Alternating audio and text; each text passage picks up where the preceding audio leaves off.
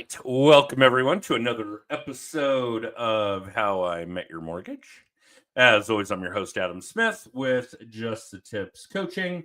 And, I'm really surprised that we haven't had our guest on the show before today. We've known each other for what seems like forever. We've got very similar business ops, those kinds of things. We've done some transactions together, pinged clients back and forth. In fact, now that I think back on it, this guest has actually even spent the night in my home. I'll have to regale you all with that tale here in the not too distant future. But in the interim, welcome to the guest, or welcome to the show, our guest, Robert Harris with Get Fast Lending. Hey, Rob. Hey, Adam, thank you very much. I'm glad you actually brought it up first because I didn't want to be the one to make it awkward. Our friendship is only 6 years now, if not a little bit more, and I'm finally on the show. So that's it. I was definitely going to bring this up. Oh, I'm a little butthurt. If it's only 6 years, I think we'll just go ahead and cut it off now, and we'll bring you back in 2030. Well, and you mentioned the word intuition on this, and I thought to myself, is that because his intuition was because that's why I haven't been on the show all this time, is because his intuition told him otherwise? No, I just don't like you. Oh, okay. Well, Now that we've got that all cleared up. That's an easy one. But actually, that is a funny story because there's a Facebook group of mortgage originators, really a handful of top producing LOs in the country. And we talk about a lot of things that aren't mortgage related. We really know each other well. We're all fairly good friends, at least the ones that kind of participate. And we've visited each other's towns, and we've all gotten together in neutral cities for different activities, whatever. But the first time you and I met face to face was because you got stranded in Denver coming back from a ski trip. Yes. And needed a place to stay. And somebody had tagged me in that group. And I was like, yeah, if you can get here from the airport, because it was not nice weather here either. I think you were coming down from Montana. Yes, correct. Yeah. Yep. You had been skiing in Montana, made it as far as Denver in that horrible weather. Probably took you hours to get from the airport there to my place. That was how that met. I basically opened my door to a actual stranger. Yes. I would say a virtual stranger, but we weren't. We were actual virtual friends.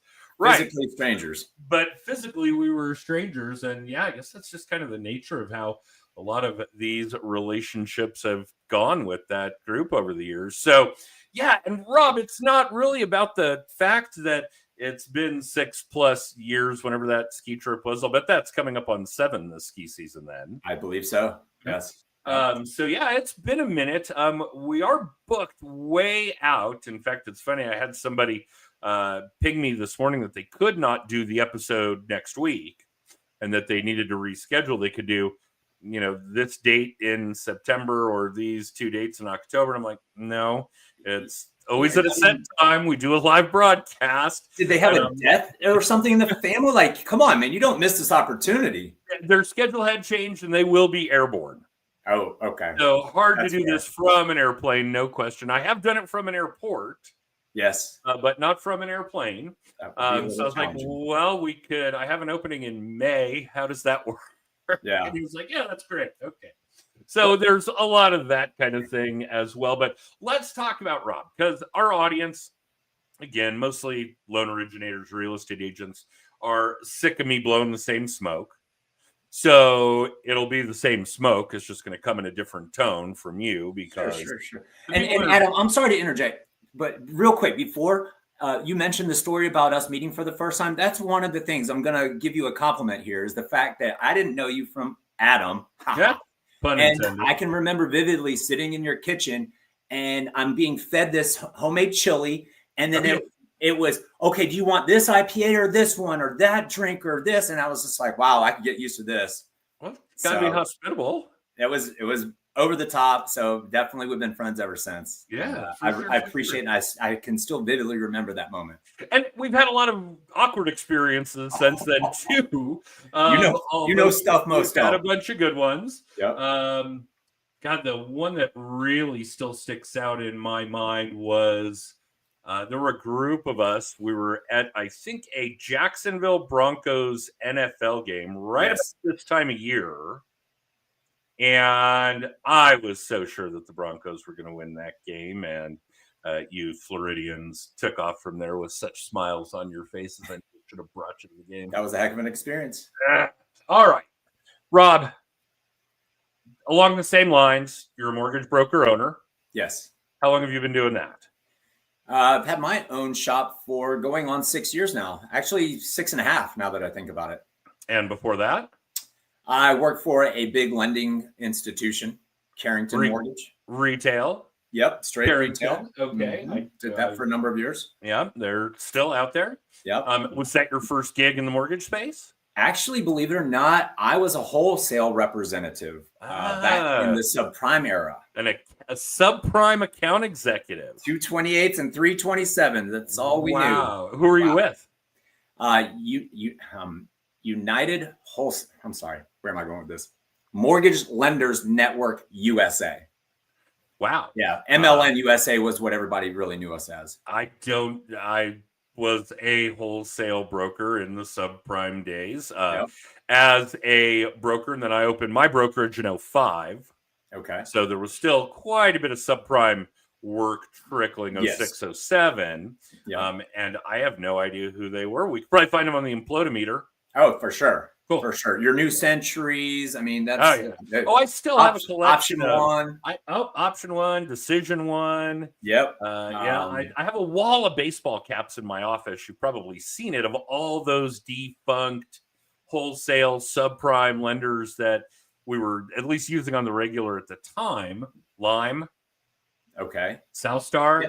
I mean, I can still remember getting phone calls from my brokers. I think it was the day after Christmas in 2006, saying that MLN was no longer funding residential mortgages. Wow. And at this point, we'd heard about 1 or 2 other companies. And I got that from a phone call from a broker. And then my regional had sent a mass email to everyone being 10 minutes mandatory call. And right then I knew we were done. And was that your first gig in the mortgage space? It was, yes. Okay. Yeah. That's an interesting first gig. I've been offered that job a lot over what's almost 30 years of doing this. And really back then, at least, the thought that ran through my head was, this job is difficult enough when all your clients are doctors and lawyers and engineers. I could not imagine all my clients being mortgage brokers. That seems terrible. We're crazy. No question. It was a lot of fun. But I'm sure. But that's a pretty unique first foray into the mortgage space. You don't hear that a lot. Yeah. Well, fortunately, they actually had a 1-year training program. I went from doing processing, underwriting, funding, and then I went into a sales training role. So, I mean, I got knew everything what was going on internally. Yeah, before I even hit the street. So I was very thankful for that education. Well, and that knowledge has carried over to being a loan originator as well. Oh, 100%. Heck, half the time I was in the broker shops showing these guys how to do it, figuring out DTIs and whatnot. Yeah. Helping them structure deals. Yeah. The subprime was so wild west, as you know. Oh, yeah. There was a lot of those cats that barely graduated high school and couldn't balance their own checkbooks, much less do a mortgage. So if you haven't seen The Big Short, correct. That is 100% accurate. So years ago, I mean, not that many, but Jen and I had been regular speakers at the non-QM forum in Dana Point, California each year. Okay. And one year we're sitting out on the balcony at whatever that fancy hotel is that they do this event at in Dana Point. And we're just having lunch, but the group behind us is having a conversation, and there may have even been a little recruiting going on. And after lunch, Jen is like a deer in the headlights, terrified. And she says something like, that could have been scripted from The Big Short. And I'm like, yeah, well, Wall Street Greed has a short memory. Yeah. There's no question. They have no memory. Yeah. So, yeah, there's no question that kind of cycle is going to go on and on and on. Yep. Yeah. All right. So your first foray into the origination space is with Cart. Fairly big retail op. Yep. coast to coast. They probably still have thousands of LOs now. It was probably tens of thousands then. There just aren't that many of us left. Where's the business coming from? Well, for me, I mean, it's just all the relationships that have been built over the course of 10 years. Some of these agents that I've been with. Okay. And thankfully, I do a lot of business in the VA space. No. I mean back then. I'm sorry, say again? Back then. Oh, back then. I'm sorry. Oh, back then the business was just coming from any direction. I mean, that's what I mean too when I said that I was basically educating these brokers on how to do loans, because everybody could qualify, right? So a broker would come in and he would go through his aunts, his cousins, any relatives, any friends. And I mean, I saw that cycle so many times. These broker owners would open these massive shops, get anybody licensed to come in, kind of feed off the family and friends. And that was that. So there was a plethora of buyers. Now, as far as getting brokers for me, Google. I would Google, and I would leave my house every morning at 7 a.m. with my MapQuest directions. Because, right, mind you, this is 2004 and 5 when I'm doing my hustling. Smartphones. So I'm waking up, getting my workout, getting my MapQuest printouts, and it's, from my house to the first broker shop 1 to broker shop 2. And that's, I had my MapQuest and just hit them. Had my routine and just beat those doors down until people would let me in. All right. And when you switched to being an originator, where did the business come from? Because it was such a different time and place. Social media was so big. Just pounding away on social. I did align myself with a lender that really worked on the low credit score type stuff. So I went in with value add. I was able to offer something that a lot of current mortgage professionals weren't offering their realtors. And I'm telling you, if you save a deal that's going south somewhere, they will never forget you. Oh, you're and I built a business really off of the low credit score stuff for a long period of time.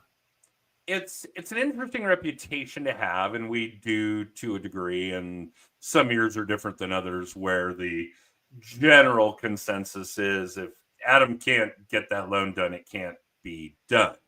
Yeah. And in classic flashback fashion, I literally got an email from a divorce attorney that I work with, maybe over the weekend. It could have been Friday, but I think over the weekend, copying me on an email to her client saying, hey, you need to call Adam.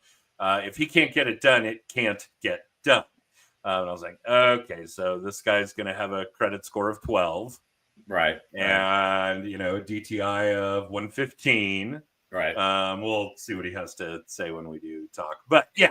And it's a great compliment to you. But at the same time, in the back of your mind, you're like, okay, wait, I mean, I don't polish turds, right? If it's a turd, it's a turd. I can't do anything with it. God, I haven't heard that term in a while, but yeah, absolutely. But yeah, so I think that having that reputation spawns a lot of interesting deals. It obviously spawns a lot of hero type work. Yep. When you're pulling deals out of the crapper and getting them done. But yeah, there's a flip side to that. They are typically always difficult transactions. We're not talking about, the 780 buyer with 20% down and a W2 gig and a 12 DTI and those kinds of things. So right. Yeah, let me put it this way. That reputation is going to follow you. Yeah. It's not going anywhere. And I'm very proud, though. I mean, it's a proud moment when you've been able, somebody who's literally like crying tears because they've been told no by this lender, and you're able to piece it together and get that done. I mean, that is one of the most amazing feelings I think I have ever received in this position in the mortgage industry, is just, drying those tears for a family that thought that they were about to lose their home, right? But yeah, those aren't usually the cases. You usually get somebody that's just so far gone. It's like, we got to put you on a plan to get you back in place. And nobody was honest with them. Yeah. I saw a Facebook memory recently, and I couldn't tell you how many years ago it was, where somebody had called me out of the clear blue for a situation like this. Mm-hmm. And it had gotten so far that buyer, seller, and agents were all sitting at the closing table. Oh, no. Couldn't get a hold of the lender. of the originator, did eventually get a hold of somebody higher up in that corporate hierarchy who said something like, yeah, we denied this loan weeks ago. We don't know what you're talking about. I was like, how do you, as a loan originator, dealing with the consumer, dealing with the real estate agents, let these people go so long, so far, that they're sitting at the closing table waiting for the purchase of their home, and you have vanished? I don't understand how that It's even wild, right? happens, right? Yeah, just no character. Yeah. But I regaled the tale in copy on Facebook, and actually did eventually get a private message from this person's manager, who had also been a wholesale account executive at one time. So I knew him. He was one of our account executives, and he was appreciative of us not pushing his company under the bus. Yeah. I didn't name which you could have easily have done. Oh my God. Yeah. Well, you're going to cross paths with people as time goes on. So yeah. Well, and hopefully they compensated that family in one way or another. I hope so. I do not recall. It's been a good number of years. All right. Yeah. So after all this time, well, when was this? What year did you go to Cardinal? So Carrington. Or Carrington. Yeah, Carrington. Yeah, Carrington was 2002. So that was right at the beginning of 2014. The reason I know that is because I started with them just about the time I found out my wife was pregnant with my son, Noah. Okay. And those of us that know you on social media have always enjoyed watching Noah grow up. Yep. Yeah, he's going to be more like you than the world can handle. Well, that's about it. But we'll get there. Yeah. And when did you start your own operation? I began February of 2019. Okay. Yeah. All right. So yeah, you've seen quite a bit of oddity through the course of your mortgage career. Well, and the funny thing, Adam, about it is why I decided to transition over from the retail to open up my own shop was because it was 2018. A gal had reached out to me and said, "Oh, I feel like I could get a better deal than what these people are offering me." And I looked at the deal she was receiving, and it was through a broker, and I priced it out with our retail. And I mean, I was like almost a point off. It was ridiculous, the difference. So right then and there, I knew I was going to have to open up my own shop, because why would I sell an inferior product, when I know that there's better stuff out there in the market? Describe the difference between wholesale and retail, certainly in mortgages, but in most businesses. I mean, yeah, exactly. Like, everybody understands the difference between wholesale and retail. It's pretty simple. Yeah. And I can't remember the last time I saw the stat, but I think it was something like $8,000 or $9,000 in savings is the average for the consumer that uses a broker rather than a banker. Yeah. That kind of thing. And I get a lot of people asking me, coaching clients in particular, better to be retail, better to be wholesale. I'm like, I don't know. Have there been a wholesale broker or wholesale broker owner? I've never been on the retail side. I have no idea. Yeah. And I'm not sure that I would ever make that switch. I still get a lot of recruitment emails, messages, that kind of thing. And I'm a little tongue in cheek about it, but in order for me to give up more than 20 years of being a broker owner and my coaching practice, right, and go back to originating loans for somebody else, I tell them, hey, I am going to have ridiculously high demands. You're never going to meet them. You can't afford me. Right. So thanks for reaching out. Yeah. Yeah. And that's basically the gist. Although I would think that this is kind of Twilight-ish for me. I don't think I'll originate loans more than another 10 years. If that. Yeah. Been doing it forever. Yeah. Pretty much spent half my life doing it. So. Well, you might not have a choice. AI might take it over for you. We talk about AI a lot, certainly on the show and with coaching clients and that kind of thing. Yeah. And I'm still of the mindset that AI is not going to take your job, but that people using AI will take your job. Mm-hmm. I do think it's an important tool to be utilizing properly, even in the simplest of manners. I mean, when I come across somebody who hasn't even bothered to use it to, say, create a perfect client avatar, so that it can help them shape their social media content, any kind of content for that matter, whether it's, text campaigns or email campaigns or voicemail campaigns, whatever, that people aren't using AI to help them do some of the basic things. And I see more people creating problems for AI to solve rather than using AI to solve the problems they already have.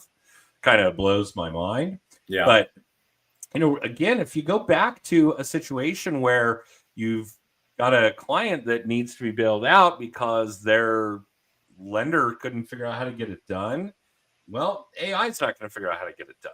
Yeah. Not anytime soon, anyway. Thankfully. So, yeah, I guess. I do see where a lot of companies would love to adopt and streamline the entire process. The loan origination, the real estate stuff, all of it. But yeah, I don't think we're all that close to it yet. For one of the reasons, and I think you and I had been discussing it before we went. Oh no, it was a former coaching client, another colleague of ours, Keith Geringer in Tennessee. He called me, or I actually had called him, although I was responding to him, and he said, "You're really busy again, aren't you?" And I was like, "Yeah." And he said, "Because you've just been doing what you do instead of trying to figure out how to make 90 Instagram reels, right?" And I was like, "Yeah." It's like, I think, and his wife's a real estate agent, for those of you that haven't seen Keith or Kate on the show before, or been to any of our events where they're speaking, that kind of thing. And they were talking about it, and they feel correctly so that people are longing right now for real connection, a real human. Yeah. I can't even stand when I get an automated attendant on the phone anymore, right? I'm just screaming, customer service, operator, whatever it is. And that's a big part of it. And that's where there'll always be a detriment for AI and for the companies that want to basically automate the entire thing in the current world. Yeah. We're longing for real human interaction. Yeah. So, yeah, it's a very, very big deal. So, no, I don't think we're going to see a precipice or a twist where AI is going to do what Robert can do. Yeah. Well, that human interaction thing is huge. How many times have we, press 1 for this and press 2 for that? Just like put somebody on the phone that I can speak with, and that's what people want. Yeah, I'll never forget this one video where this guy was offering to feed this homeless man, and the homeless man asked him, "Will you sit with me while I eat this?" Right? Like, that's end of the day, everybody wants that human interaction, that connection. It's important. AI will never take that from us. Hopefully, we just don't create AI to be strong enough to take us away from whatever. We may be getting there. I did get in a fight with the Roomba over a Cheeto. So did he give it back? No, I beat him to it. Oh yeah. Blow it off. 5 second rule. 5 second rule. I wasn't giving up that Cheeto. Absolutely. Rates are up. Yeah, that's obviously a good one. But I just can't tell where we're headed in that particular sense. And I do think that there's a lot of value in watching some of the big companies that have the amount of money to throw at this kind of thing, whether it's wasteful or not, and see what they're doing. I don't think there's any reason why we can't all benefit from competitors doing things differently. And that may be good or bad. Don't get me wrong. I think that we can watch, like, let's take Zillow, for example, right? There was a time during and before the pandemic where Zillow was literally using computers to buy houses and then flipping them. Yeah. And then eventually taking losses on them. Yeah. Big losses. Okay. There's a good example of, let's see what they're doing. And then, okay, that's a good example of what not to do. Right. Okay. On the flip side, I think Rocket does great stuff in the tech space. Now, don't get me wrong, the amount of money that they spend on that shit and Super Bowl ads and so on and so forth has to be paid by somebody. Yeah. That's typically going to end up in the consumer's pocket, or them reaching into the consumer's pocket, because it's expensive stuff. There's huge media budgets and middle management budgets and things you and I don't have. Yeah. So we're able to be better, take care of people better, watch out for their finances long-term better, those kinds of things, Right. because I'm never going to see a Get Fast Lending Super Bowl ad. Correct. Okay. So I do think that there's a lot of value in watching some of these companies either succeed or fail. And if you want to be a scared straight program like Zillow did, and we don't have to make the mistake of learning the hard way, then great. And if there are things that other big companies are doing, even Carrington, for example, that may be cutting edge, that may be revolutionary, then by all means, there really isn't a whole lot new out there. Yeah. So if you see something that somebody is having success with, it's not a secret. Take advantage, Right. learn, Yeah. watch, observe, adopt, implement these kinds of things. Because, well, there aren't that many of us left now, but there are a lot of us that are doing this out there. And if you're finding a way to do it better, if you're finding a way to take better care of people, then share that shit. Yep. And if Yeah, that's- you're on the other side of it, adopt that shit. Yep. Yeah. Yeah. I mean, we're all given the same tools, like Gary Vee always talks about. It's like, you got a phone, you've got all the information in the palm of your damn hand. Access it. It's nobody's fault but your own. I have talked to 2 new people in the space. I think both real estate agents. No idea who Gary is. What? I know. Don't. Jeez. Yeah. Don't go there. Okay. Yeah. Maybe sales isn't your jam. And Gary, thank you for everything you've done for the melding of social media and the human condition. Those of us that know who you are, we owe you a lot. Mindset. Absolutely. Mindset. I love that. You don't have to cuss so much, but I get your point. You drive it He out. does do that, and he's a Jets fan. He's a what? Oh, yeah. Yeah, Oh. those. Yeah, he's got to be angry. He's got to be angry, especially after this pass.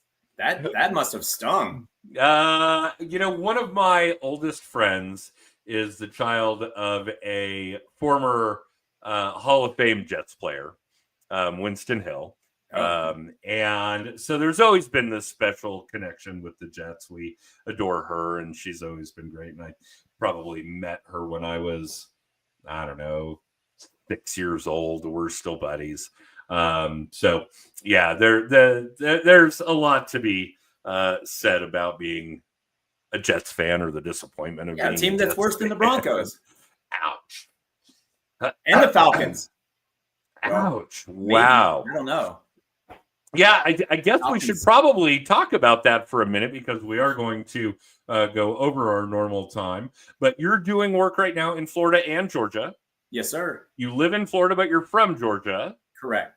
Go Bulldogs and Falcons. Yes, sir. Okay. We got a big game. I'm things. actually flying up to Atlanta this Friday. We have Alabama in Athens on Saturday.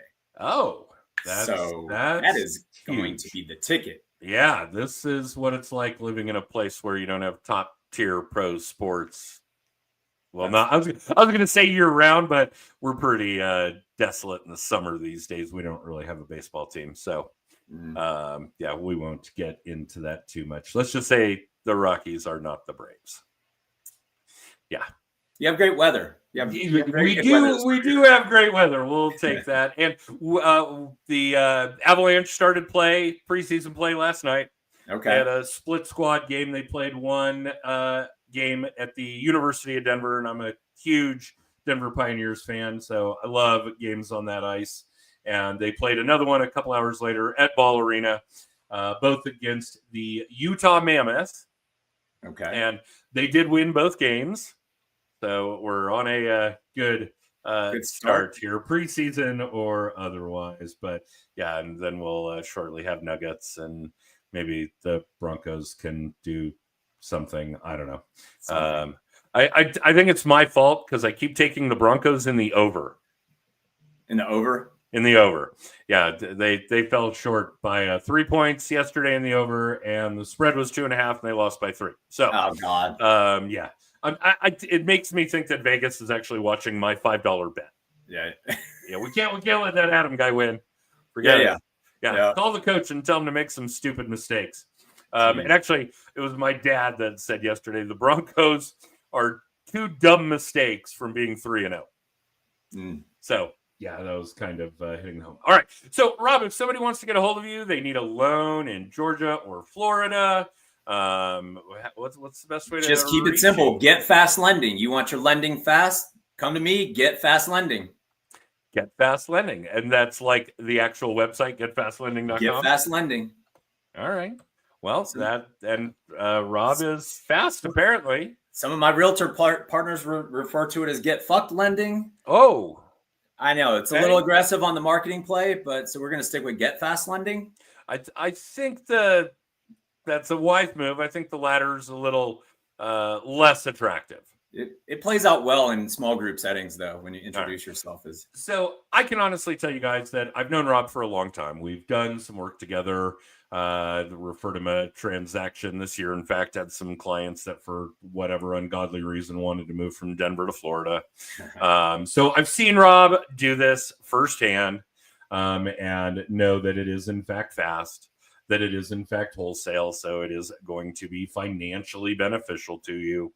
And yeah, if you are watching or listening to this in our consumer base, which would be slim, Rob is a great resource for Florida. For the rest of you, if you've got a deal where somebody needs to borrow some money in Georgia or Florida, Rob's certainly a great option. And Rob, we're going to have you back. I love it. We didn't talk about any of the shit we talked about before we went live, which is absolutely wild. But we will do that. I'll put it on the tickler to get you back into the production calendar for another episode. And I got no idea when I'm going to see you, but hopefully I was going to say, please let me know. We need a conference out there in your neck of the woods. Well, we're coming up on ski season. You guys don't have that in Florida and Georgia. We do not. So you'll have to make a trip for that, and two birds, one stone. Deal. All right. Absolutely. All right. For the rest of you watching or listening live or in syndication, thank you for doing that. You can catch new episodes of How I Met Your Mortgage Mondays at 9:30 Pacific, 12:30 Eastern live on Facebook, LinkedIn, and YouTube, and a mere 48 hours later on Apple, Amazon, and Spotify is where you can catch the podcast. Again, How I Met Your Mortgage. If you guys want more information about Just the Tips, just check out the website. It's justthetipscoaching.com. You can find past episodes of the podcast, our weekly video blog, The Weekly Little Tip. You can subscribe to the written blog, all kinds of copies of my books, whatever the hell you guys want. It's all on that website, I'm sure, although I'm guessing it needs to be redone after all these years. It's a little out of date, I'm sure. But nonetheless, for the time being, that shit is there if you want to go find it. Rob, thank you. I know carving out this kind of time on a Monday is no small task. So love you. Glad you're able to do it. And get your ass back to work. I think you said you had a full day and then pickleball. Full day. Pickleball included in that full day. You got to schedule. You got to. Well, happiness is a time block, schedule, priorities. Shit we haven't talked about that our audience would love to hear from somebody else other than Adam. All right. We'll catch you guys next time. Rob, thanks for doing it. I really appreciate it. For the rest of you, have a wonderful week, and we'll see you next time. Yes,